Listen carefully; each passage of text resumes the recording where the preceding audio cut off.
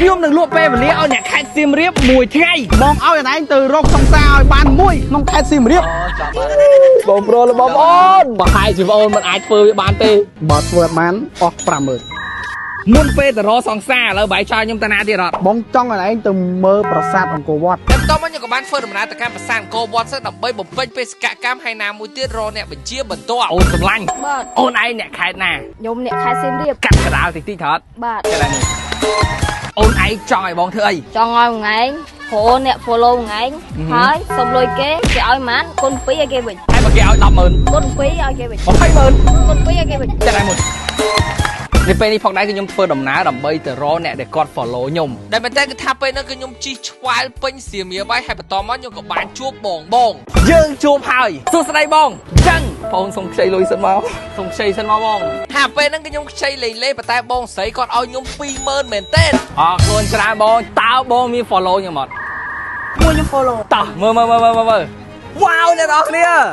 follow តែមើលបងឲ្យខ្ញុំ20000ថតចាខ្ញុំឲ្យបងវិញ40000មានមីកូរ៉ូណូឲ្យបងម្នាក់មួយទៀត40000រៀលបងតើលោកពូស្មោះអត់បាទលោកពូឈ្នះ10000រៀលតែដៃមួយ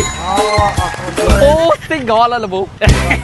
not single លោកពូឈ្នះ20000រៀលជូនលោកពូ20000អរគុណច្រើនពូហើយពេលនោះគឺថាខ្ញុំខិតខំជីដើម្បីបំពេញបេសកកម្មបងប្រុសខ្ញុំដែរក៏ធ្វើអត់បានបង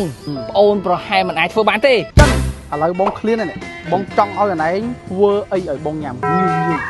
ខ្ញុំនឹកឃើញហើយមីកូរ៉ូណូរសជាតិសាច់ជ្រូកចិញ្ច្រាំអញ្ចឹងខ្ញុំនាំបងឯងទៅចំអិនចឹងដើម្បីចម្អិនមីកូរ៉ូណូរសជាតិសាច់ជ្រូកចិញ្ច្រាំនេះគឺងាយស្រួលខ្លាំងមែនតើគឺគ្រាន់តែបងប្អូនយកមីចាក់គ្រឿងមីចូលទៅក្នុងចានបន្តមកទៀតចាក់ទឹកដាំពុះចំនួន300មីលីលីត្រក្របទុករយៈពេល3នាទីហើយតែប៉ុណ្្នឹងមកគឺថាបងប្អូនអាចញ៉ាំបានហើយបើនិយាយពីរសជាតិរបស់គេវិញគឺឆ្ងាញ់ខ្លាំងមែនតើបើបងប្អូនអត់សាកគឺនៅអត់ដឹងរសជាតិហ្មងដែលតែសាច់មីរបស់គេនឹងគឺថាទុំស្ពុតឆ្ងាញ់ខ្លាំងមែនតើ